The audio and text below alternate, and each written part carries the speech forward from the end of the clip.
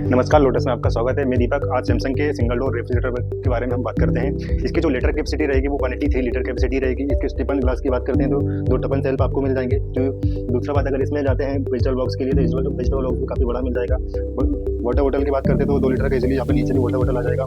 इसमें मसाले के लिए आप रख सकते हैं, लेमन्स के लिए आपको ट्रे यहाँ मिल जाएगा। दूसरा इसका जो फ्रीजर की हम लोग बात करेंगे, फ्रीजर का ये साइज़ मिल जाएगा आपको। चिलर ट्रे, जैसे आपको कोल्ड ड्रिंक वगैरह रखते हैं आप चिलर ट्रे रख सकते हैं। देन अगर डीफ्रोस्ट वगैरह आपको करना है तो स्नो को आप डीफ्रोस्ट कर सकते हैं यहाँ से। देन आप मौसम के अकॉर्डिंग इसको आपको सिलेक्ट कर सकते हैं। इसकी अगर वारंटी की बात करें तो हम 1 ईयर कंप्लीट वारंटी आ जाएगा। 20 ईयर इसका कंप्रेसर का वारंटी, स्टील फिनिश में इसका कलर आ जाएगा। लोटस में रहेंगे। धन्यवाद।